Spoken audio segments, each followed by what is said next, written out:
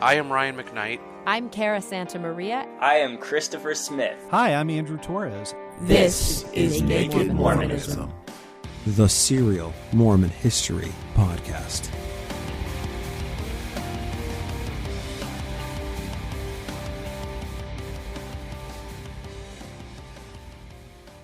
Our world is going to end. Did you know that? It's very simple. I mean, millions of people throughout history have claimed that the world will end, and they've given nearly just as many reasons why they believe that they're right this time, and all other predictions about the end of the world have been false before theirs. I guess the question would be, what does that mean? What does a person mean when they say the world is going to end? It's usually said within the context of the Christian rapture, at least that's the most pervasive claims in my culture and probably in the culture of many of you listeners. The mountains will roll forth their lava. The oceans will be filled with blood. Fire raining from the sky.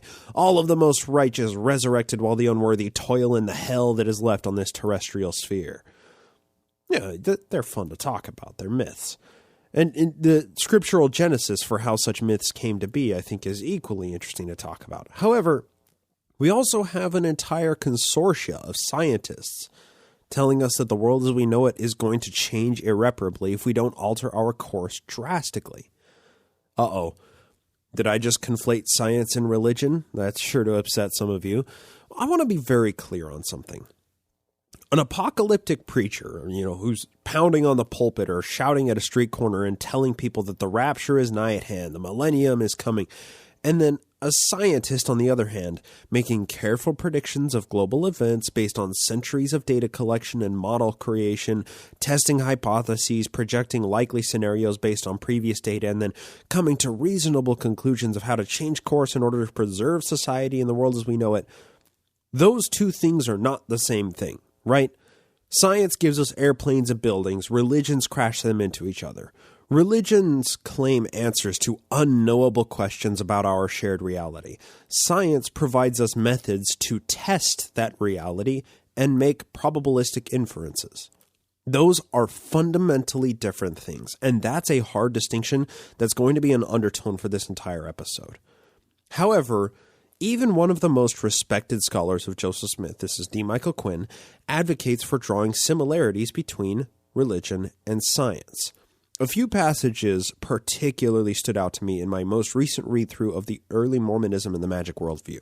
Here's from page 75, from D. Michael Quinn, quote, "Flexibility in accounting for life's variables and disappointments is what allows a worldview to endure for centuries or millennia. Jews have proposed various explanations for the Messiah's non-appearance in 132 BCE, 70 CE, 117, 645, the 8th century, the year 1060, 1099, 1100, 1121, 1172, 1295, 1350, 1391, 1453, 1481, 1500 to 1502, the 1660s, and in the 18th century. After confidently finding keys or codes, in quotes, in prophetic texts of the Bible, such as Revelation, for dating Christ's second coming and or the end of the world, various Christians have also managed to, quote, explain any outcome in retrospect, end quote, for those non-events in the 1st century AD, the year 500, about 799 to 806, and the years 1000, 1260, 1533 to 34, 1655, 1666, 1688, 1708, 1734, 1763, 1796, 1806, 1814, 1820, 1843, 1844, 1846, 1847, 1890, 1914, and 1975.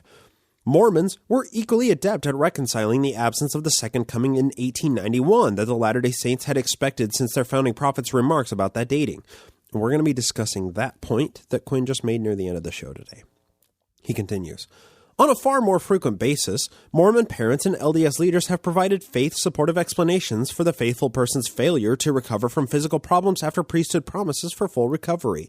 This includes children who do not live to fulfill a patriarchal blessing's unconditional promise of long life, or, at least, of serving a full-time mission in mortality. Almost as often, scientists throughout the world propose various explanations for why experiments or phenomena violate the, quote, laws or physics of, quote, rational logic. Like the magic worldview, both religion and science require a certain amount of faith and flexibility when faced with apparent contradictions. And I might add, except for the fact that science has a self-correcting mechanism built in where faith does not. That distinction is never made by Quinn. Then on to page 80 in Quinn's book when he's talking about astrology. Quote, likewise, when the course of a person's life seems to fulfill astrological expectations, this encourages the oral tradition that has perpetuated astrological belief and instructions. Even unfulfilled predictions do not destroy the faith of astrology's advocates. Like persons with the scientific worldview, persons with the astrological view are able to tolerate contradictions and unfulfilled expectations within a system they believe to be valid. The same is true of those who believe that God loves humans and answers their prayers, despite deformed births, unhappy lives, tragic deaths, or prolonged disasters, like the Jewish Holocaust, Cambodia's killing fields, and Central Africa's famines. End quote. Now, I'm not one to take shots at Mormon historians unless they're deserving, because unequivocally, they always know more than me. But Quinn is just wrong here. Science and religion are fundamentally different human constructs. One results in assertions of testable theories based on data. The other is assertions of untestable claims based on writings of people who thought magic and dragons exist and that animals can talk and people can rise from the dead. It's simply asinine to equate science and religion the way that Quinn and many Mormon historians or apologists do. What I find particularly interesting is when the two happen to share the same space. When people try to apply science to religion, we get theologians. One of these theologians, contemporary of early Mormonism, was a man named William Miller. William Miller has been operating in the back of our historical timeline for the entire time this podcast has been running, but I've only ever just mentioned him and his religious movement in passing. For the Millerites, however, a great day was nigh at hand. But first, a little bit of background on how they came to be. William Miller was born in Massachusetts in 1782, but his family moved to Lowhampton, New York, which is just west across the border from Rutland, Vermont, about 60 miles from the birthplace of Joseph Smith near Sharon, Vermont, when William was very young. This was the Burnover District, near the end of the First Great Awakening, when Miller was maturing into young adulthood. By the time Miller was in his late 20s, he was living in Poultney, Vermont, which is a location that should raise a flag in our minds. Poultney was where Oliver Cowdery spent most of his early years, and where Pastor Ethan Smith, author of View of the Hebrews, preached to his congregation. This is important because View of the Hebrews has long been an agreed-upon source material for the Book of Mormon. Miller eventually, as he was living in Poultney, Vermont here, he eventually became part of an infantry division in the War of 1812. And after that, he became what we might call a seeker, espousing deism and then seeking for the one true religion. He had an experience of theophany, and he recorded this in 1845, 4 years before his death and nearly 25 years after the supposed occurrence. It should ring a bell. This is similar to Joseph Smith's timeline. Quote, suddenly the character of the Savior was vividly impressed upon my mind. It seemed that there might be a being so good and compassionate as to himself atone for our transgressions, and thereby save us from suffering the penalty of sin. I immediately felt how lovely such a being must be, and imagined that I could cast myself into the arms of and trust in the mercy of such a one. End quote. After this, William Miller began fervently reading the Bible, searching for patterns contained within the prophecies of the Book of Daniel and other self-proclaimed prophets within the text. This is where somebody made a good faith effort to conduct science on a book of Scripture. Now, that's a fundamentally flawed endeavor. It's definitionally no Scripture can be a book of science, but William Miller did so earnestly, and he was able to conjure an interesting timeline to explain some prophecies. So bear with me for just a minute. I'm going to try and do my best to describe Miller doing science on the Bible. This is what we call Miller's Bible math. And trust me, this is all relevant, okay?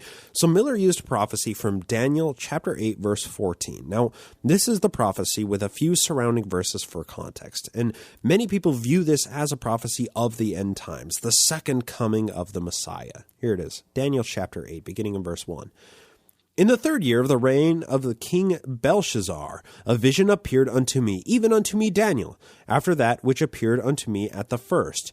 And I saw in a vision, and it came to pass, when I saw, that I was at Shushan in the palace, which is the province of Elam. And I saw in a vision, and I was by the river of Ulea. Then I lifted up mine eyes and saw, and behold, there stood before the river a ram, which had 2 horns, and the 2 horns were high, but one was higher than the other, and the higher came up last. And then on to verse 10. This is where it's important. And it waxed great, even to the host of heaven, and it cast down some of the host and of the stars to the ground, and stamped upon them. Yea, he magnified himself, even to the prince of the host, and by him the daily sacrifice was taken away, and the place of the sanctuary was cast down. And an host was given him against the daily sacrifice by reason of transgression, and it cast down the truth to the ground, and it practiced and prospered. Then I heard one saint speaking, and another saint said unto that certain saint which spake, How long shall be the vision concerning the daily sacrifice, and the transgression of desolation, to give both the sanctuary and the host to be trodden under foot? And he said unto me, Unto 2,300 days, then shall the sanctuary be cleansed. That is the operative verse. And it came to pass, when I, even I, Daniel, had seen the vision, and sought for the meaning, then, behold, there stood before me as the appearance of a man. And I heard a man's voice between the banks of Ulea, which called and said, Gabriel, make this man to understand the vision. End quote. 2,300 days. Then shall the sanctuary be cleansed. Verse 14. That's the important one there. This is the verse that's been used by theologians for centuries in trying to plot out the second coming of the Messiah. Now, okay, so let's do Miller Bible math here. So 2,300 days is about 6 years and 4 months. So why would this be relevant? Well, because in the Bible, days and years are interchangeable, and Miller decided to use the reckoning of years instead of days, as it explicitly states in Daniel.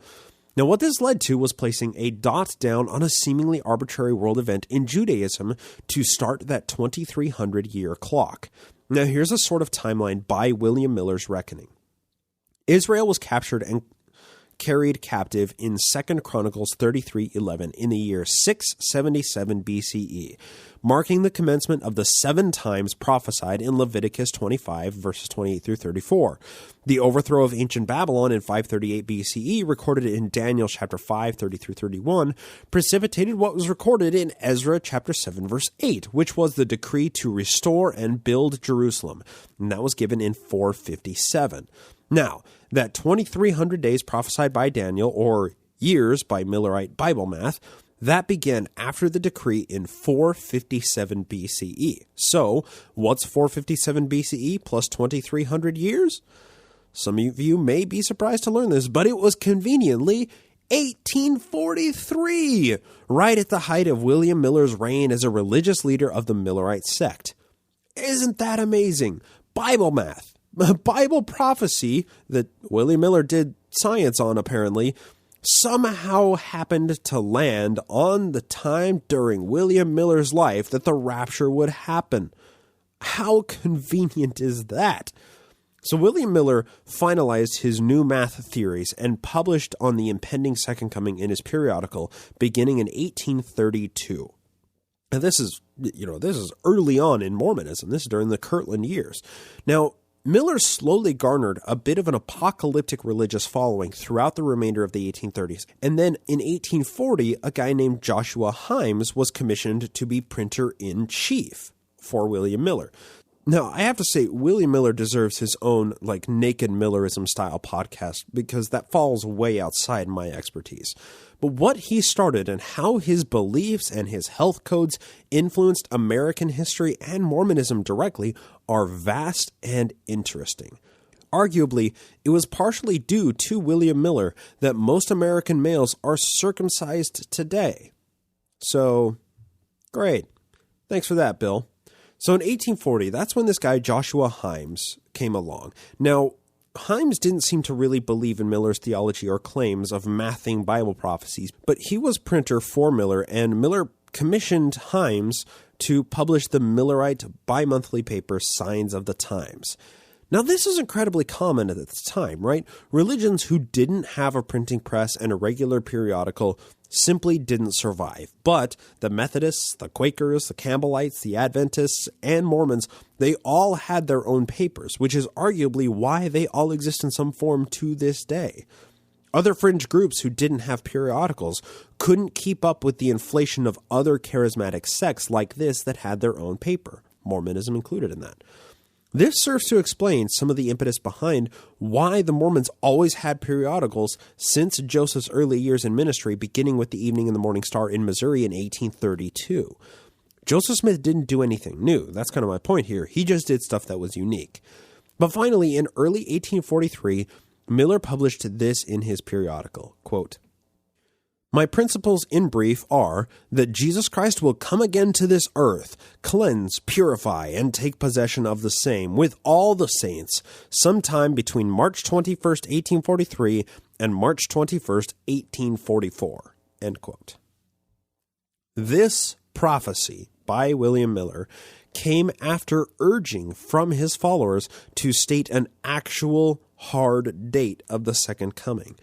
Apparently, Miller was a bit apprehensive to put specific dates on his Bible math prophecies, but he finally did so in early 1843. Now, because these 19th century Protestant sects were extremely incestuous with their beliefs and with what they were doing with theological expansions, they were constantly fighting over converts. It was scarcely possible for something like this to go unnoticed by Joseph Smith and other Mormon leadership. Now, these religions, like the Millerites, they were Joe's competition in charismatic grassroots religious sects, right? Joe had a constant finger on the pulse of the religious sphere, which led him to pen this and publish it in the Times and Seasons in early March 1843. Now, the subject of this letter to the Times and Seasons editor that was to be published in the Times and Seasons, it was a man named Hiram Redding who had published his own article in the Chicago Express paper, which makes it sound like he was a Millerite, if you read it in context, and this guy apparently had his own spiritual theophany as a believer in William Miller. Now, I can't find this original article that Joe was writing the article we're about to read in response to, but I'm sure it exists out there somewhere. I just couldn't find it on all of my internet crawling. But I'm sure if we were to read it, it would provide a bit more context. However, we can infer its themes from what Joe penned in his letter. Now, this is what Joe wrote to the editor of his paper, The Times and Seasons. Quote, "Sir, among the many signs of the times and other strange things which are continually agitating the minds of men, I notice a small speculation in the Chicago press upon the certificate of one Hiram Redding of Ogle County, Illinois, stating that he has seen the sign of the Son of Man as foretold in the 24th of Matthew. The slanderous allusion of a seraglio, like the Grand Turk, which the editor applies to me, he may take to himself for, quote, out of the abundance of the heart the mouth speaketh, end quote. Every honest man who has visited the city of Nauvoo since it existed can bear record of better things, and place me in the front of ranks of those who are known to do good for the sake of goodness, and show all liars, hypocrites, and abominable creatures, that while vice sinks them down to darkness and woe, virtue exalts me and the saints to light and immortality." He's, sure, bit of self-aggrandizement, but that is kind of a main theme throughout many of Joe's writings. He concludes, "The editor, as well as some others, thinks that Joe Smith has his match at last." Now, that's a direct quote, apparently from the article that this guy published, "because Mr. Redding certifies that he has seen the sign of the Son of Man. But I shall use my right and declare that notwithstanding Mr. Redding may have seen a wonderful appearance in the clouds one morning about sunrise, which is nothing very uncommon in the winter season, he has not seen the sign of the Son of Man as foretold by Jesus. Neither has any man, nor will any man till after the sun shall have been darkened and the moon bathed in blood. For the Lord hath not shown me any such sign, and as the prophet saith, so it must be, Now this is what the prophet is saying. Surely the Lord God will do nothing, but he revealeth his secret unto his servants, the prophets. Therefore hear this, O earth, the Lord will not come to reign over the righteous in this world in 1843, nor until everything for the bridegroom is ready. Yours respectfully, signed Joseph Smith. End quote. So Miller's 1843 to 44 prophecy for the second coming of Jesus caught fire in the media nationwide. This article was Joe firing shots across Miller's bow, saying that the Lord will not come to reign over in righteousness in this world in 1843. That's important. Now, the first rule of prophecy is you do not put definite dates on prophecy, okay? The second rule of prophecy is you make it ambiguous enough for any world event to be shoehorned in to fit fulfilling said prophecy. Those two rules guided most of Joe's prophecies, or at least the ones that we know of anyway, that were recorded. He had the failed prophecy a few weeks ago in our timeline when he told Orson Hyde that he would drink wine in Palestine with Hyde, because Joe never set foot outside the United States his entire life. So that was a failed prophecy. But if there is a third rule to prophecies, that would be to never use world events to claim that it is the beginning of the fulfillment of prophecy, because that sets into motion a definite time frame that can come to an end. So the point that I'm driving at is that William Miller wasn't a good prophet, even though he used Bible math to make his prophecies, because when March of 1844 came along without Jesus returning, his followers looked at him like, hey, I thought you said Jesus was going to be here. Then Miller revised it to be April of 1844, and then Jesus didn't come again. Then he revised it to September of 1844, and Jesus didn't come again. Then it was revised to October 22nd, 1844, and Jesus still didn't show up. And that came to be known as the Great Disappointment in Millerism, which spawned some 11 other child religions after that, including the Seventh-day Adventists, the Church of God General Conference, Church of the Blessed Hope, Seventh-day Adventist Reform Movement, Davidian Seventh-day Adventist, Branch Davidians, Primitive Advent Christian Church, and there's a few others peppered in there as well. So in the article that Joe penned in response to this Hiram Redding, Millerite of Ogle County, Joe spoke of the sign of the Son of Man. He said that term 3 times, which is probably what drew his ire in the first place. And what, pray thee, was this sign of the Son of Man that caused this Redding person to glom onto Miller's predictions that the second coming would happen within a year of this article being published? It was a comet. Yeah, a comet. Hiram Redding and many other believers in apocalyptic religions saw this comet of 1843 as a sign that Jesus was returning. Now, this was no fly-by-night kind of comet. Arguably, this was the largest comet ever recorded in human history up to that point. It came to be known as the Great Comet of 1843. It inspired multiple pieces of artwork that you can find if you just Google Comet of 1843, these, contemporary artwork. And it also inspired the Mexican composer Luis Baca to compose El Gran Cometa de 1843 as a waltz for the piano. This comet was first discovered by astronomers on February 5th, 1843. It passed closest to Earth on March 6th, 1843, and then finally exited visibility of Earth on April 19th. This comet was bright enough to be seen in daylight because it orbits so closely to the surface of the sun. Now, it's going to make its way back around in like 300 to 400 years, so yeah, stick around, folks. You can see the comet that led the Millerites to think that the new millennium was just beginning in early 1843. Now, what's an absolute joy is that the media picked up on this little exchange between Joseph Smith and this Millerite Hiram Redding. The Carlisle Weekly Herald out of Carlisle, Pennsylvania, published Joe's response that we just read in full with this foreword, and this came on April 12th. Now, the article is written in a rather snarky tone, which I find utterly delightful, and it even alludes to Joe using a peepstone in a hat to relieve many dreadful apprehensions of the end of the world and set Miller's calculations right. Those are all quotes. So this is the foreword to the Carlisle Weekly Herald republishing Joseph Smith's article. Quote, Joe Smith versus Father Miller. That singular hebdomadal, the Times and Seasons, in which the great Mormon prophet Joe Smith publishes his decrees, contains in its last issue, says the Philadelphia Ledger, an important letter from that dignitary, which knocks all the speculations of the Millerites respecting the end of the world, drawn from the appearance of the comet, into a cocked hat, and will relieve many dreadful apprehensions which people began to entertain.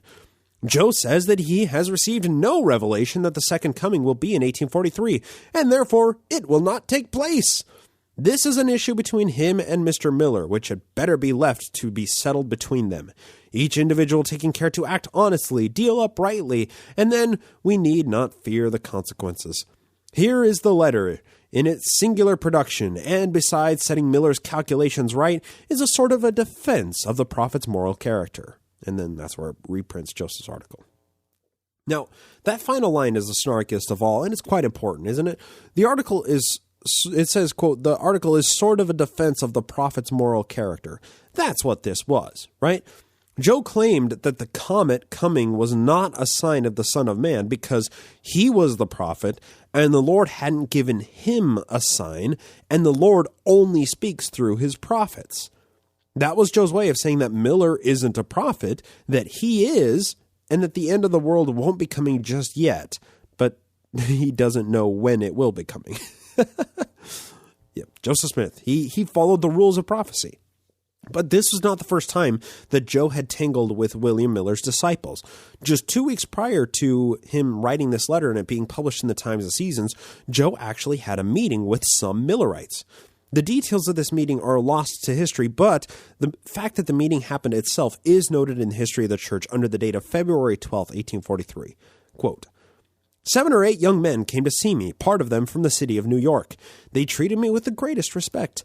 I showed them the fallacy of Mr. Miller's data concerning the coming of Christ and the end of the world, or as it is commonly called, Millerism, and preached them quite a sermon.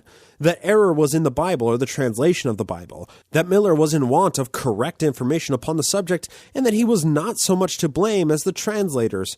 I told them the prophecies must all be fulfilled, the sun must be darkened, and the moon turned to blood, and many more things before Christ would come. End quote.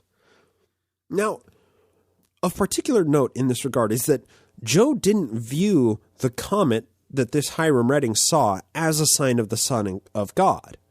That's what he was claiming. Hiram Redding initially penned his article because he saw the sign of the Son of God. It was this comet that we're talking about here. But Joe said that this is not a sign because God speaks through his prophets, and he didn't give the sign to Joseph Smith. But what's really fascinating for this is we can go to Joe's diary entry for March 10th, 1843, and there is a description of what seems to be a comet, which Joe calls the sign of the Lord. This is from the History of the Church, Volume 5, page 308, the Dan Vogel edition. Quote, I, with Willard Richards, Wilford Woodruff, and many others, about 7 p.m., discovered a stream of light in the southwest quarter of the heavens. Its pencil rays were in the form of a broad sword with the hilt downward, the blade raised, pointing from the west, southwest, raised to an angle of 45 degrees from the horizon, and extending nearly or within 2 or 3 degrees to the zenith of the degree where the sign appeared. This sign gradually disappeared from 7:30 o'clock, and at 9 had entirely disappeared. As sure as there is a God who sits enthroned in the heavens, and as sure as he ever spoke by me, so sure will there be a speedy and bloody war, and the broadsword seen this evening is the sure sign thereof. End quote. So, to get this straight, when a believer in Millerism sees a comet, that's not a sign of God. But when Joseph Smith sees a comet, sure as there is a God who sits enthroned in the heavens, it was a sign of the war and bloodshed to come with the second coming of Jesus. And let's just take a moment to appreciate that this is how people from the 19th century explained a comet. We have scientists who explain how comets are formed, where they come from. This comet specifically itself is actually a daughter comet from a larger comet that blew up in 1106. Scientists are able to predict and use the model from comets that came from this one and project backwards into history from when a comet actually exploded and created a bunch of child comets. And that's what this specific comet was. They can chart the orbit of these comets. But here we have prophets of God saying, No, it's not a rock that's flying through the atmosphere or, as a meteor. It's not a rock that is, flying close to the sun and reflecting and showing up its tail and creating a comet. No, it's a sign of God. It's a broadsword in the sky. Why would we trust these people to tell us anything about the world? It's laughably absurd. Anyway, back to it here. To this passage of the Joseph seeing the comet and saying that this is now a sign of the second coming, even though when Hiram Redding said that it was and Joe said it wasn't, he actually added a dream. Now, the only reason, we've discussed a few dreams that Joseph had, and I only include this because it was important enough to the people who recorded it at the time to record it. Right? Dream divination, trying to figure out what dreams mean, it doesn't matter. Dreams don't actually matter. But when they are recorded by people who believe that dreams are prophecy, it's important to talk about it. But luckily for us, this dream actually comes with its own interpretation, and we're going to get to that very soon. But here's the dream. Quote, "Last night I dreamed that a silver-headed old man came to me and said there was a mob force coming upon him, and he was likely to lose his life. He had heard that I was a lieutenant general, had the command of a large force, and that I always sought to defend the oppressed, and I was also a patriot and disposed to protect the innocent and unoffending, and wanted I should protect him, and had come to hear with his own ears what I would say to him. I told him I wanted some written documents to show the facts that they are the aggressors, and I would raise a force sufficient to protect him, that I would collect the legion. The old man then turned to go away from me. When he got a little distance, he suddenly turned again and said to me, 'You must call out the legion.' And he would have the papers ready when I arrived. And, says he, 'I have any amount of men which you can have under your command.'" End quote. Now, this dream on face, it could just be seen as a battle cry for Joe, right? I mean, in his mind, he and the rest of the Mormons were being oppressed by the government, and he always intended to defend himself from said oppression. He had an army, 3,000 guys ready to defend. I mean, that defending from oppression, that could mean actually defending with his own personal military. Joe was ready, okay? Maybe the world was coming to an end, and only those who would be safe would be those who had their own military to guard them, right? I mean, that could arguably be true today. Maybe the silver-headed old gentleman himself was Joseph Smith in his old age coming to visit him at a younger time. Maybe the old man was a representation of God or an angel of some sort, which would make this a vision instead of a dream by Joseph Smith standards, right? Well, we're going to get to the interpretation really soon of this dream, and I find the interpretation even more concerning than the possibilities that I just discussed. So just put a pin in that for a few minutes.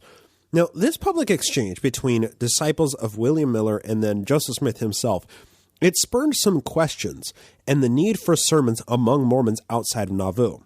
Now, this entire period through the history of the church is rife with documenting natural disasters and wars that are going on in foreign lands, and many other seemingly inexplicable phenomena happening in the night sky. I mean, they're throughout the entire history of the church, but they really ramp up at this time, and it's really quite fascinating to read.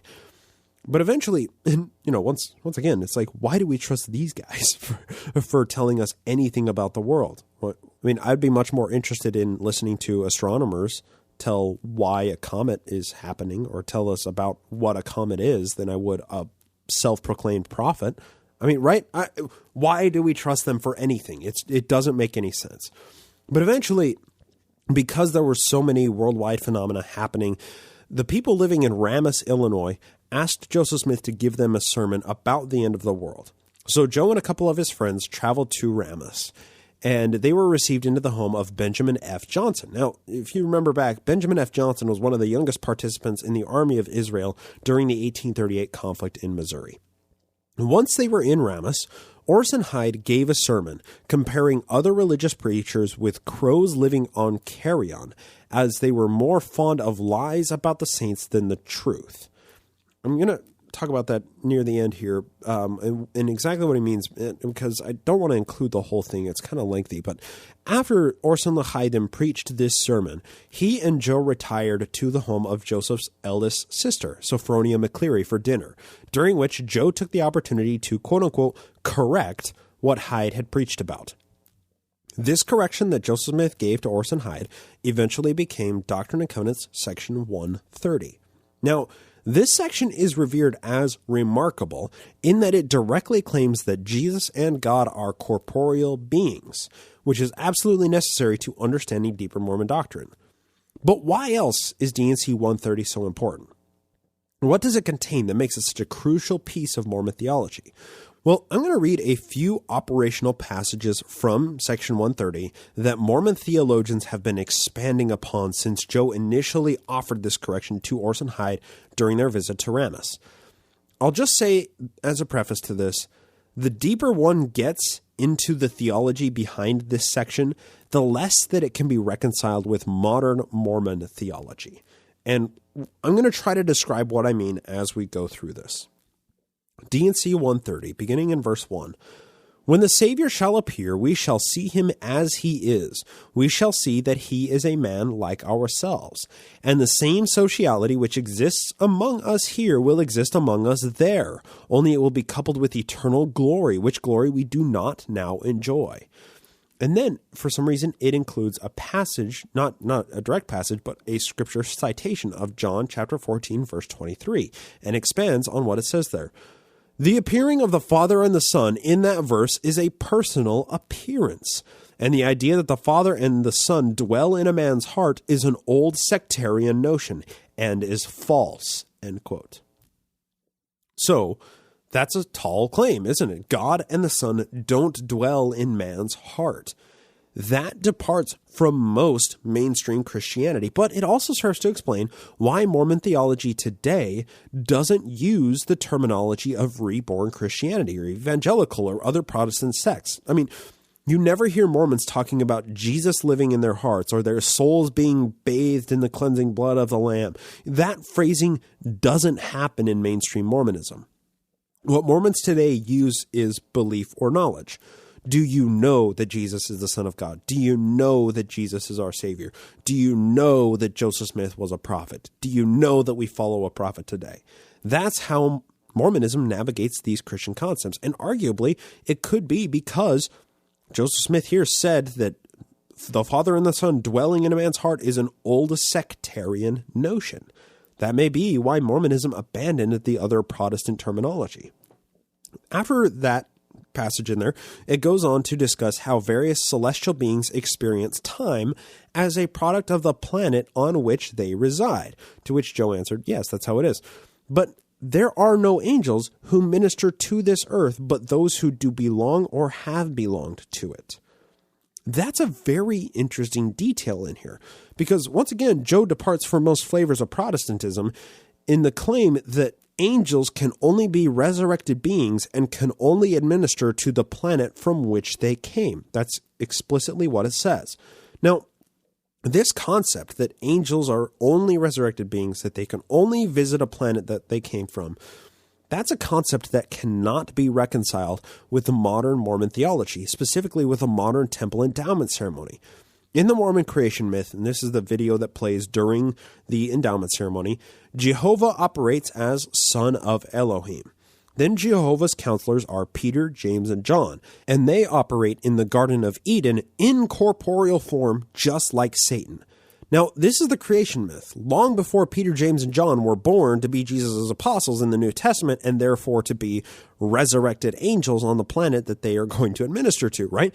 So how can they be angels administering to earth if they have yet to be born on earth and receive their bodies? I'm sure that there's an apologetic dodge for this contradiction, but I've never come across it. Maybe some of you have. The next point in D&C 130 is quite interesting as well. Remember, it was the book of Abraham that deemed the star nearest the planet on which Elohim lives is called Kolob, right? Well, Job provides a brief description of Kolob here, beginning in verse 7, quote, "But they," meaning the angels, "reside in the presence of God, on a globe like a sea of glass and fire, where all things for their glory are manifest, past, present, and future, and are continually before the Lord. The place where God resides is a great Urim and Thummim. This earth, in its sanctified and immortal state, will be made like unto crystal, and will be a Urim and Thummim to the inhabitants who dwell thereon. whereby all things pertaining to an inferior kingdom or all kingdoms of a lower order will be manifest to those who dwell on it, and this earth will be Christ's." End quote. So yeah, apparently Kolob is a planet of glass and fire, but also seer stone-like that looks like crystal. Kolob is a Urim and Thummim.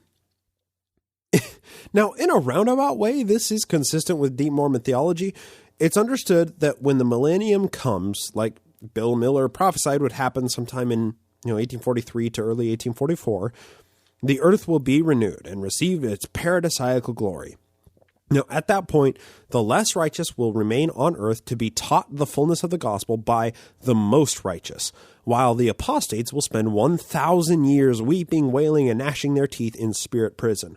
After that, the great and terrible final battle between good and evil will happen on earth. The good will triumph, and then Satan will be bound forever, or killed, or something. It's not very clear.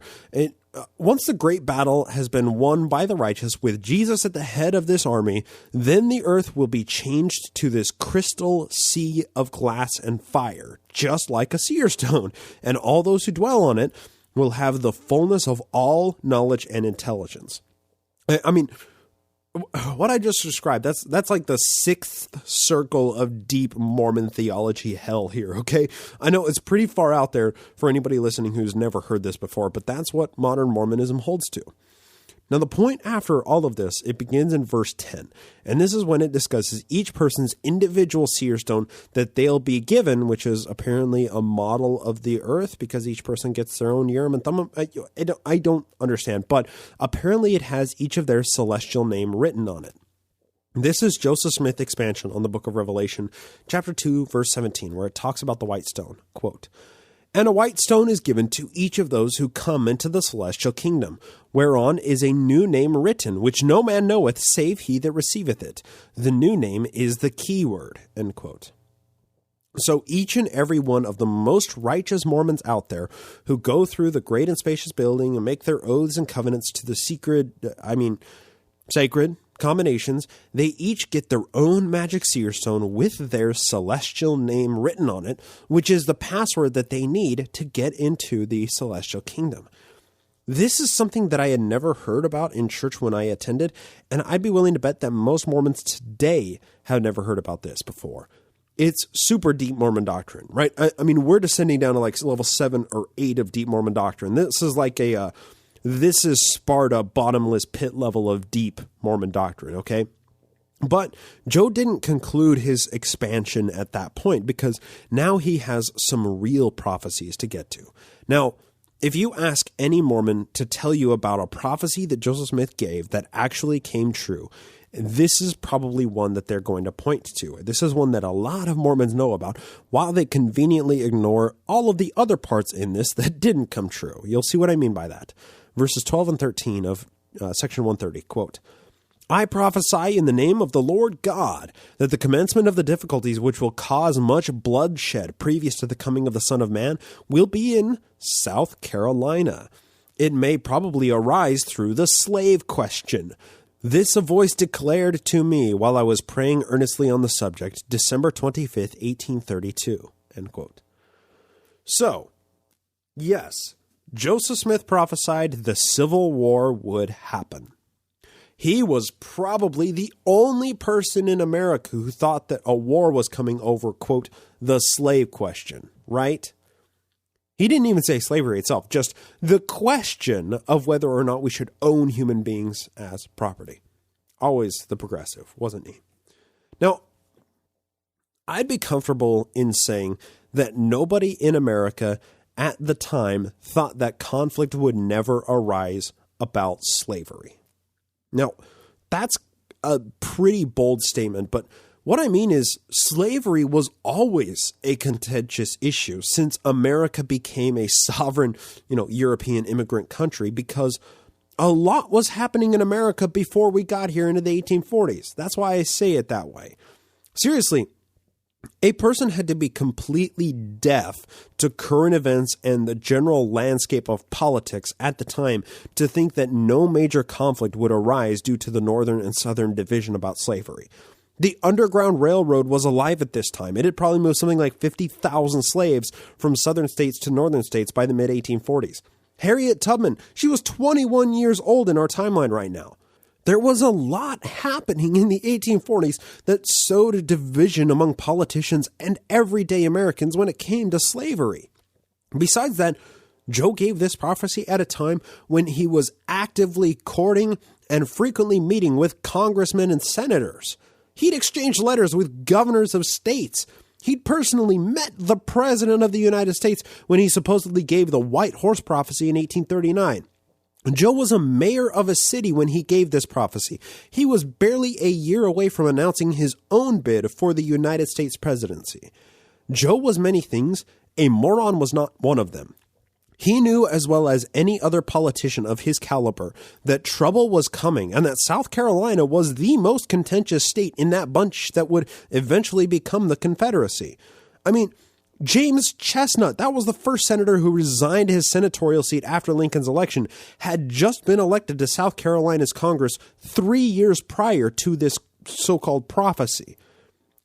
I guess that's a long way of saying, yeah, sure, this could have been a divine revelation from God that the Civil War was going to break out of South Carolina. Divine revelation from God to his servant, the prophet Joseph Smith. But Joe could have also just read a newspaper and concluded the same thing that thousands of people knew long before he ever gave this prophecy.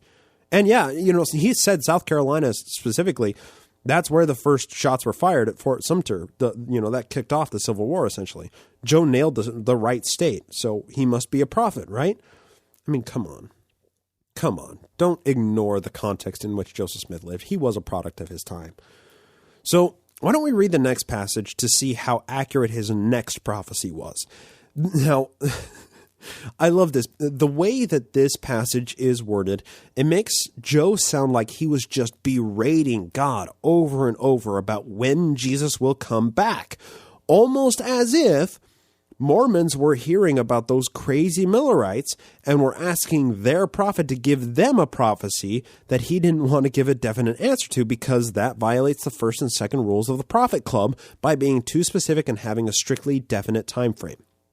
This is what it says, verses 14 through 17, quote, I was once praying very earnestly to know the time of the coming of the Son of Man when I heard a voice repeat the following, Joseph, my son, if thou livest until thou art 85 years old, thou shalt see the face of the Son of Man.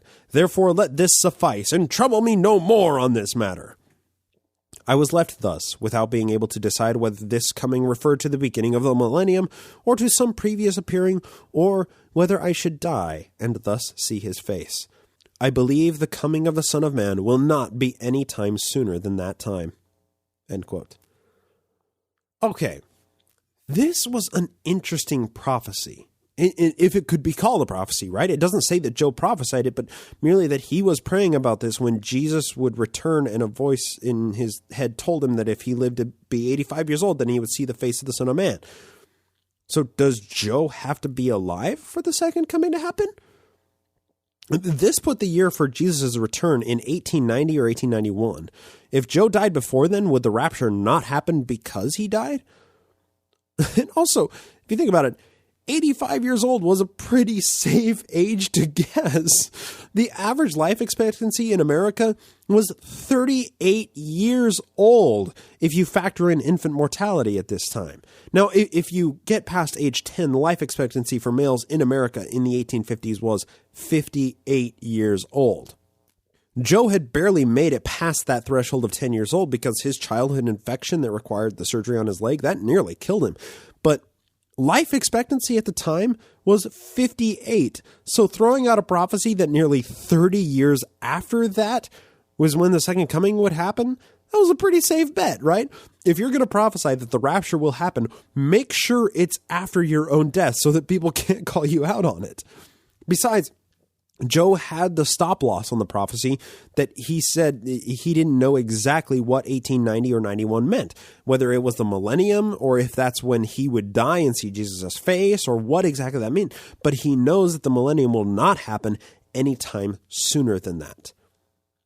This is a prophecy you would expect from somebody who knows that they are lying. Now, why I say that is because with everything that William Miller did, he believed what he was saying because he thought that he had decoded the Bible using Bible math and that it revealed a definite time for the second coming. Joe followed the rules of Prophet Club, which reveals that Joe was always a charlatan, even when some of his contemporary competitors were more honest. Now, besides, how does somebody reconcile with this prophecy the fact that Joe claimed to have seen the face of the Son of Man multiple times, right? It says that if he lives to 85, he would see the face of the Son of Man. When this was recorded, he had long since fabricated the story of the Sacred Grove, where he supposedly saw God and the Son of Man face to face, right? Well, I mean, people believe that it was true, but people today believe that was true, but he had fabricated the story. But still, that contradicts this, right? He'd also seen Jesus during the Kirtland Temple dedication ceremony and various times in the School of the Prophets.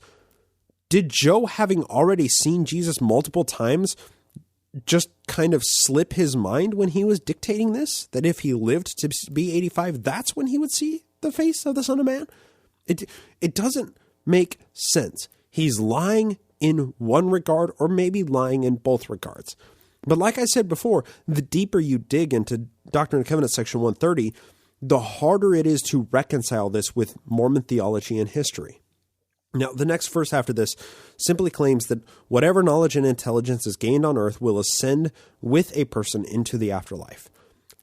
So when we all become gods and are omniscient, the knowledge we gain here actually won't matter, right?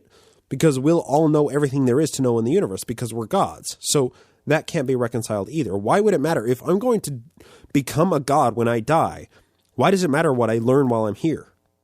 If I'm going to take that with me, right?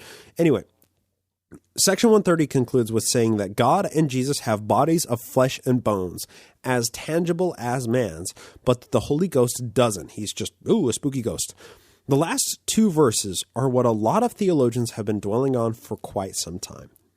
Not only did D&C 130 contain all of these prophecies, but it also included this fact that God and Jesus are corporeal and separate, distinct human beings, thus settling once and for all the 19th century debate about whether or not God has a body of flesh and bone. Sure, I mean, this is interesting, but it's nowhere near the most interesting point to focus on in the whole section. However, what's really interesting in all of this whole exchange and how this revelation came to be is that there is a day break between the dictations. Verses 21 through 23, talking about the corporeal nature of Jesus and God and the Holy Ghost not having a body, those were given the day after the rest of 130 was. Now, it's important to remember the setting in which this was dictated, right? Joe and Orson LaHaydn, they're hanging out at Joe's sister Sophronia's house in Rammus, Illinois. Orson had just given a sermon, and this section, Doctrine and Covenants 130, was Joe's correction to what Orson had preached on. Now, do you want to hear what else Joe said at that time that just didn't happen to make it into this canonized revelation? I think you're all going to really enjoy these few points. First, Joe repeated his dream of the old silver-haired man that he had told Joe to gather his armies, right? And then Orson Hyde interpreted the dream as such. Quote, "The old man represents the government of the United States, who will be invaded by a foreign foe, probably England." Yeah, that came to pass, didn't it? "The United States government will call on the saints to defend probably all this western territory, and will offer their leader any amount of men he shall desire, and put them under his command for that purpose." Did that happen? Did that happen? This vision that Joseph Smith had? Did the United States government ever give over a ton of their army to the Mormons to defend the Western Territory when the British invaded? No, that never happened? Okay. But it gets better. If Joe wasn't dreaming about being a theocratic king, save the world, he wasn't in his right mind, right? This is the passage I think all of you are really going to love. You've all heard that Joseph Smith said that Quakers live on the moon, or that people that look like Quakers or whatever. But what about all of the animals? How did they get here? Quote, "I read the 5th chapter of Revelations, referring particularly to the 6th verse, showing from that the actual existence of beasts in heaven, Probably those were beasts which had lived on another planet and not ours. God never made use of the figure of a beast to represent the kingdom of heaven when it is made use of. It is to represent an apostate church. Beast with 7 eyes is the priesthood. This is the first time I have ever taken a text in Revelation, and if the young elders would let such things alone, it would be far better." End quote. So yeah, Joseph Smith believed that Quakers lived on the moon and that animals are just aliens from different planets. Yep. That's something that I've never seen in ex-Mormon circles before. Joe thought that animals are aliens, or at least the beasts in the book of Revelation are aliens. And also that the 7-eyed beast is the priesthood. I don't know what that means, but okay, Joseph Smith said it must be true. He also claimed that God is an alien and that he lives on a planet that looks like a seer stone made of crystallized glass and fire. I mean, why do we believe this guy on anything he says? Right? And that's what I find so fascinating with this entire Millerite and Josephite comparison, is what it reveals about these two competing religious leaders. Now, I referred to it at the top of the episode, but I cut this from the show notes. Orson Hyde preached in his sermon that other sectarians out there are like crows feeding on carrion. He applied the carrion to the Mormons who had left the church and are speaking out against it, but then says that he offers crows fresh meat and they won't take it as they don't have an appetite for fresh meat. Of course, the fresh meat is representing the most stalwart of members in the church. So he uses this analogy to claim that Miller and other sectarians can only pick off the weakest Mormons to get them to convert to their charismatic religions, and that Mormons don't want those people anyway because they're like old rotting meat, not fresh like the more faithful bunch in the church. Say what you want about William Miller. He was an interesting guy. He made a lot of predictions and spawned nearly a dozen religions. His health codes pervaded later 19th century American religious movements and likely had some influence on the Mormon health code. But through all his ministry, Miller sincerely believed what he claimed. Nobody was more disappointed in the Great Disappointment of October 1844 than William Miller himself. Joseph Smith, on the other hand, was a charlatan from beginning to end. He knew he was lying and that God didn't speak to him the way that most people thought when Joe would claim that such was the case. He knew he would have to answer to false prophecies, so he gave very few genuine prophecies, and most of them had a way that he could get out from under them if they turned out not to be true. You know, he prophesied there would be a temple built in Independence, Missouri before this generation passed away. He prophesied that in 1891 Jesus would come back or the millennium would start or something like that, but it didn't happen, and he'd been dead for 40 years by that point, so nobody could fact check him anymore. Once again, Joe was many things. A moron was not one of them. He knew what he was doing all along, and this comparison reveals that to be the case. He followed the rules of Prophet Club. There are a couple of articles you're going to find in the show notes. The first is written by Robert Bowman Jr. in 2011, and it's titled Joseph Smith, William Miller, and Prophetic Speculation, and it was published on Mormons in Transition. It's a fascinating article. There's also another article from the 1987 edition of the John Whitmer Journal. This one's written by Grant Underwood, titled Apocalyptic Adversaries, Mormonism Meets Millerism. Both articles are incredibly fascinating and put the two contemporaries in proper context and compare them. The Underwood article, Apocalyptic Adversaries, I find this to be really important in understanding this all within context, and it even reveals some of the inner conflict among the Millerites concerning the second coming prophecy that Miller gave based on his Bible math. And it's interesting because there was conflict in Joseph Smith's Mormonism as well. And it sounds very similar. Now, I would encourage anybody seeking to better understand this issue between these two guys to chase down the two links in the show notes. There's also a BYU Studies article that I'm going to link in the show notes, but it's about the theology of Doctrine and Covenants, section 130, not history. So do with that what you will. But this is from Underwood's Apocalyptic Adversaries, quote, "Who was William Miller, and wherein, from the Latter-day Saint perspective, was the fallacy of his data concerning the second coming?" Of course, he was quoting Joseph Smith when he said that. "To raise such questions introduces us to a little-known but illuminating chapter of Mormon history. While many may have a vague awareness of Miller as the man who predicted Christ's coming in 1843, the actual nature of his teaching, as well as the extent and impact on LDS thought of the Mormon-Millerite interaction, is a story that remains to be told.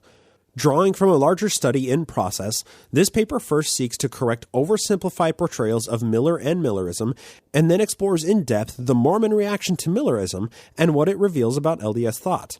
Continuing from later in the article, Miller had reluctantly accepted this type of Adventism for over a decade, but leading Millerites soon pressed for acceptance of 1843 as a test of fellowship. As a result, some former Millerites left the movement. With time drawing to a close, Miller refined his prediction in a synopsis of his views published in the Midnight Cry. He wrote, quote, "I believe the time can be known by all who desire to understand and to be ready for his coming. And I am fully convinced that sometime between March 21st, 1843 and March 21st, 1844, according to the Jewish mode of computation of time, Christ will come." And continuing further on, and I thought this was quite interesting. As 1843 wore on, the tempo of the Midnight Cry was stepped up. Tent meetings, camp meetings, and the famous Millerite chart, a visual aid filled with horned beasts and prophetic numbers, were seen in major population centers throughout the Northeast. There was also a radicalizing tendency within the movement. By fall, a new cry was raised, "Come out of Babylon." To the chagrin of former pewmates, all non-Adventists came to be regarded as corrupt apostates, and the entire Christian world, not just Roman Catholicism, was labeled Babylon, the great whore. End quote. Now, like I said, the entire article is fascinating, and it draws many parallels specifically to Nauvoo Mormonism, which I find even more fascinating because they were contemporaries and had some interaction. All in all, this whole subject of Millerism and Mormonism is a fascinating subject in comparative religious studies. And that's kind of the entire point of studying Mormon history, isn't it? What do I mean by that? Well, Joseph Smith is remarkable when he is examined in isolation of the world around him. But when you look at him at contemporary events that surrounded him, other religious leaders around the same time, some of them even coming out of the burned over district, just like Joseph Smith and William Miller did, Joseph's remarkable teachings and revolutionary ideas kind of fade into the mass of crazy religious zealots that were his competitors. And I guess that's kind of leaves a question. When did the Mormon Church become a business? But it was always a business from day one. I mean, that alone can explain some of Joe's charisma. He always needed to ratchet up the crazy to lift himself into prominence above his charismatic competitors. Conducting oneself that way are markers of a person led by selfish motivations, seeking to ever increase his own power and prominence in society. Self-aggrandizement. Joe wanted notoriety, and because he had thousands of sycophants fawning over his every word, he gained the infamy he endlessly sought through deception and criminality. At least examples like William Miller can be used to prove that Joe was both smart and deceptive. He lied to everyone every day of his life. He also never gave a prophecy concerning events that were out of his control anyway, that ever came true. So what is a prophet who gives false prophecies? A liar. What is a prophet, even if they do give prophecies that happen to come true? Still a liar. As a final point, don't fall victim to the same pitfalls as apologists or historians the way that D. Michael Quinn did. Science and religion are fundamentally different things.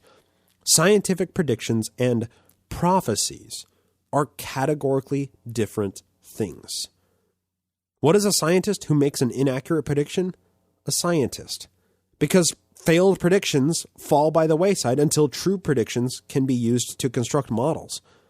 Prophecy doesn't have a self-correcting mechanism. Show me one prophecy you claim that Joseph Smith got right, and I'll show you just how wrong you are.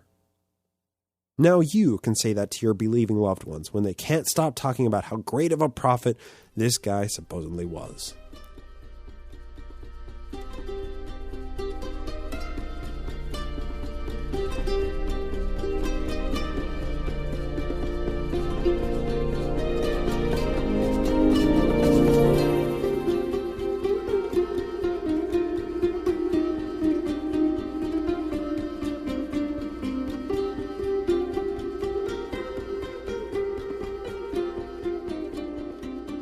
It's our last installment of Ground Gnomes Give for Brother Jake. To catch everybody up, Brother Jake suffered a cardiac event in December of last year, and he's on the road to recovery and apparently doing really well. The post-Mormon community raised over $30,000 for the Frost family to help with medical expenses, which is just remarkable. So to all the podcasters, bloggers, and Facebook sharers that made that possible, thank you. We have one final treasure dig to do in order to thank listeners of this show who donated. Even if it does take this episode from the category of long to ridiculously long. I'm sorry we're so over time. The research for this episode, it just kept giving. So we have Chris and Christy McRoberts and Andrew Lindeman will be the focus of today's treasure dig. And those three people will be receiving their likeness drawn into the treasure dig by Mark Elwood of theglasslooker.com within the next couple of days. So thank you to these people and thank you to everybody for donating to help out Brother Jake. And with this, I hope you'll all join me in wishing Jake Frost a speedy and healthy recovery. Get better, man. Please enjoy.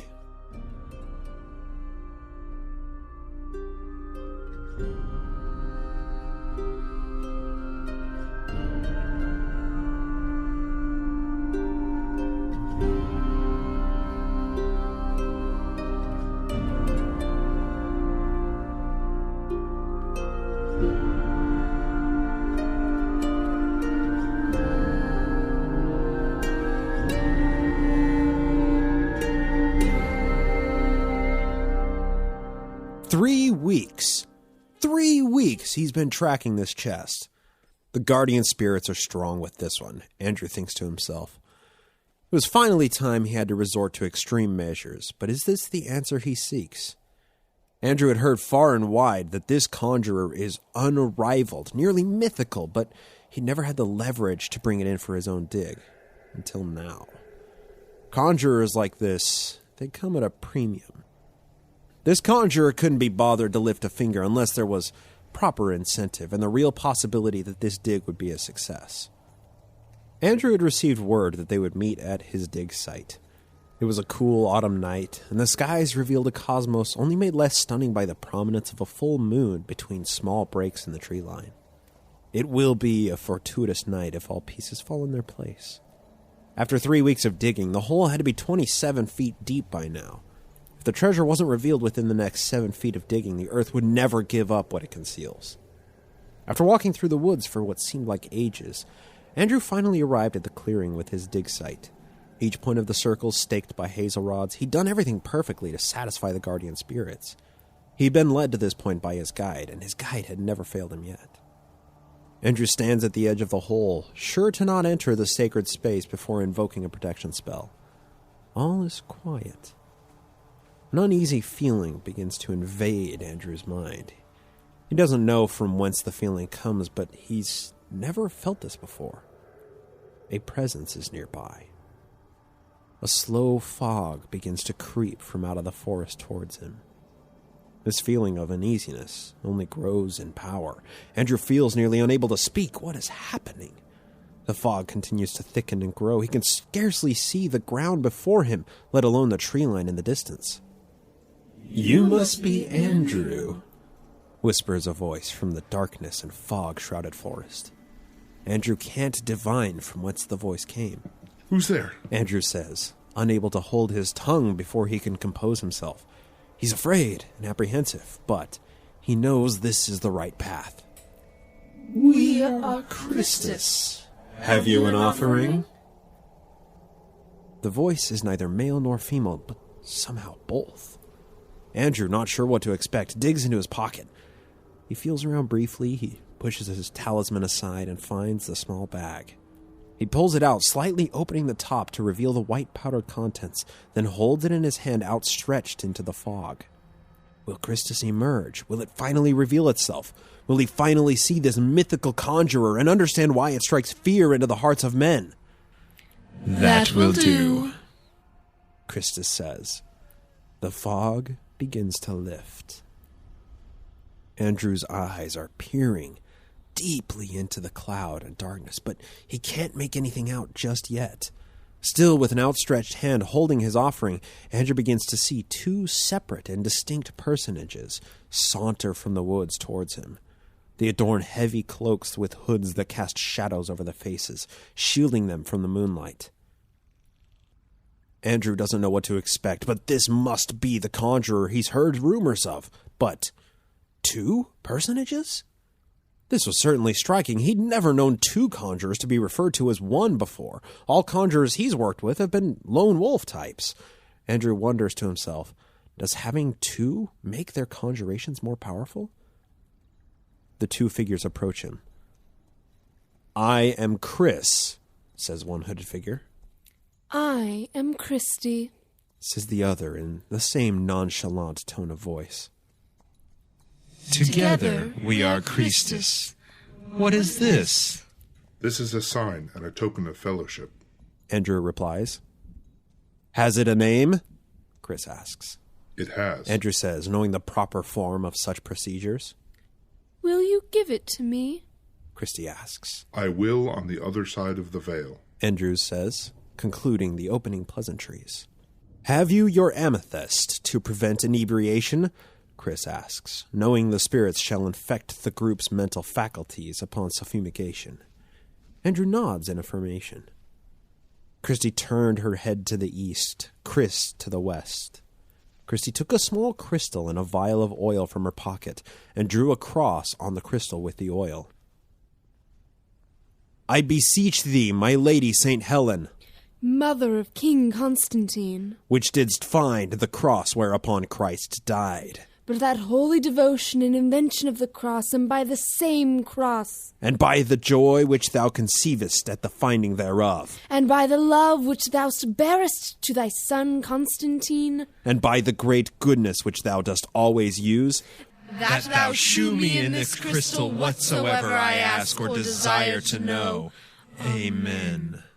Sorry, we must always be certain. Christy says as she turns the crystal to show Andrew. The cross is glowing white, emitting the faintest of sounds that are pleasing to the ear. Had it revealed an impure continence, what would you have done? Andrew asks with some reservation. Christus both look at Andrew, just enough for the moonlight to reveal smiling eyes beneath their hoods. Chris removes from his cloak a thin wooden wand, stark white in color. With the other hand, he grasps a small metal talisman with a concave indent on top. He uses this talisman to remove some of the mysterious white powder from the bag in Andrew's hand. Omni spiritus laudet Dominum. And the very tip of the wand ignited in a blue flame. Mosen habent ye prophetas. Chris quietly chants as he runs the flame over the white powder in the talisman. The powder ignites and is instantly consumed into a cloud of white smoke that envelops all 3 treasure diggers. As quickly as the smoke formed, the slight autumn breeze whisks it away. We are ready. Only silence will rule the night until the conjuration is complete. Christy took the small bag of powder from Andrew as payment. The smoke had smudged away all impurities, and now it was time to begin. Andrew stepped to the far end of his treasure dig hole and picked up his shovel. He thought to himself, Better work this time. It was hard to come by that offering. He slipped down the edge of the hole to the bottom while Christus stood on the east and west of the hole, shrouded in darkness. Andrew can feel that this time is different. The soil under his feet seems to be emanating energy through his sandals, up through his body, and out the crown of his skull. The spirits are close. Andrew pierces the soil with the blade of his shovel, not sure what to expect. But nothing. Nothing is happening. He can feel the energy round about. The treasure must be close. He lifts the first shovelful and pitches the earth to the north. He takes another stab with his shovel and tosses the earth to the south. Each successive shovelful is thrown in the cardinal directions, digging deeper with every toss. Andrew keeps striking the soil, but every shovel just brings forth more earth. However, he feels the power growing. He's been fighting this guardian spirit for 3 weeks now. He knows its presence, and it does not like these conjurers are present to assist Andrew in acquiring this treasure. He keeps shoveling. More dirt, nothing but dirt. He's done everything right. How can the treasure not be bound? Wait, could this be it? Christus stares down at Andrew from the rim of the hole, and he returns their gaze in excitement. All he can see of their hooded faces is two bright grins illuminated by the moonlight. Have they succeeded? Andrew can see the moon glinting off some metal from where his shovel just hit. The treasure is so close, but the spirit is very displeased. Andrew looks up at Christus and tries to tell them that he has the treasure, but his tongue, it's bound inside his mouth. He can't speak. He tries to mutter words, but his throat feels like it's bound by cords. No. Why? Why now? We can't let the spirit win. Andrew shouts to himself inside of his mind. He's worked so hard, it can't end like this. He lifts his shovel high into the air to plunge it deep into the earth beside the chest.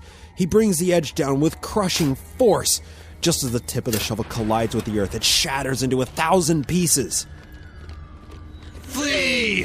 The spirits will reduce you to atoms if you don't flee now! Andrew looks up to Christus, but where they used to stand at the edge of the hole only remains pillars of white smoke. The treasure chest begins to glow an eerie orange color. Andrew kneels down to grab it with his hands, but he's instantly burned by the edges he can touch. Andrew knows the spirit is furious, and if he remains, he shall surely die. The treasure glows brighter and brighter and brighter. Christus knows best. Andrew turns to flee from the bottom of the pit and scrambles up the side. He gets out just in time as the entire pit turns into white light. He lays on his back outside of the pit, winded, having just escaped being vaporized by the guardian spirit. He slowly rises to see what damage had been wreaked upon his treasure dig spot. Each of the 12 hazel sticks outside the pit are on fire. He stands up and looks down into the hole. What used to be a pit of dirt remains a thin pane of opaque glass, with the treasure chest locked securely beneath.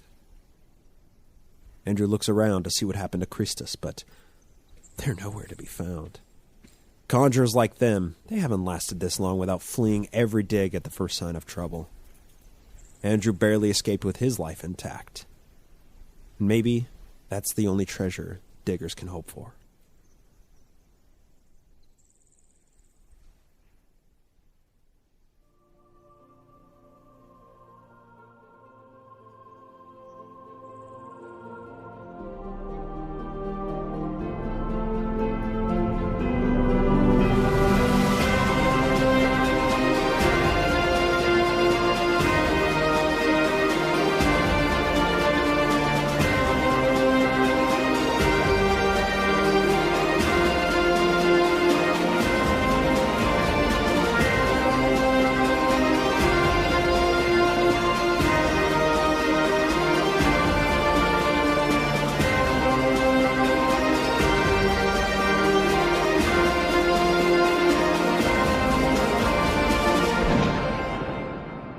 And that wraps up our treasure digging fundraiser for Brother Jake.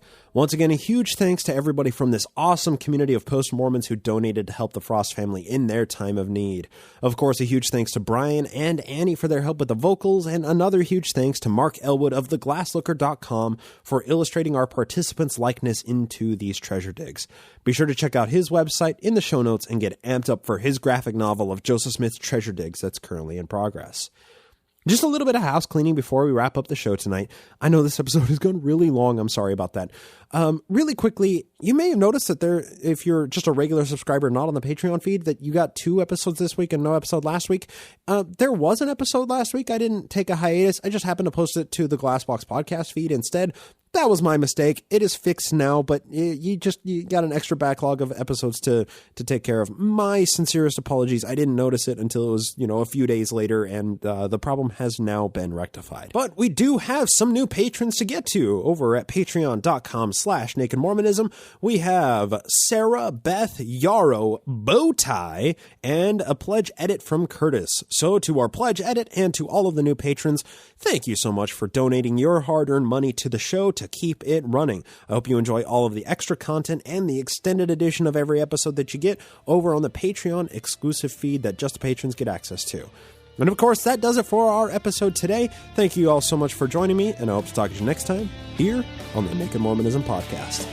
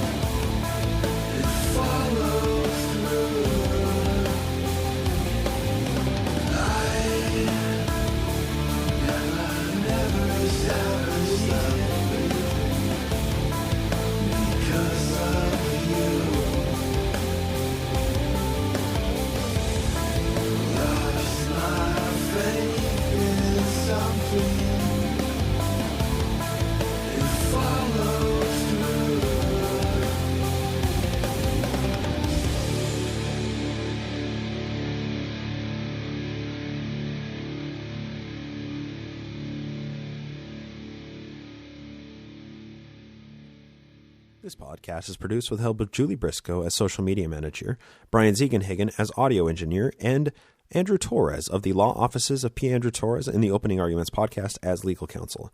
Music is written and performed by Jason Camo of aloststateofmind.com and used with permission. Naked Mormonism is a production of Ground Gnomes LLC, copyright 2019, all rights reserved.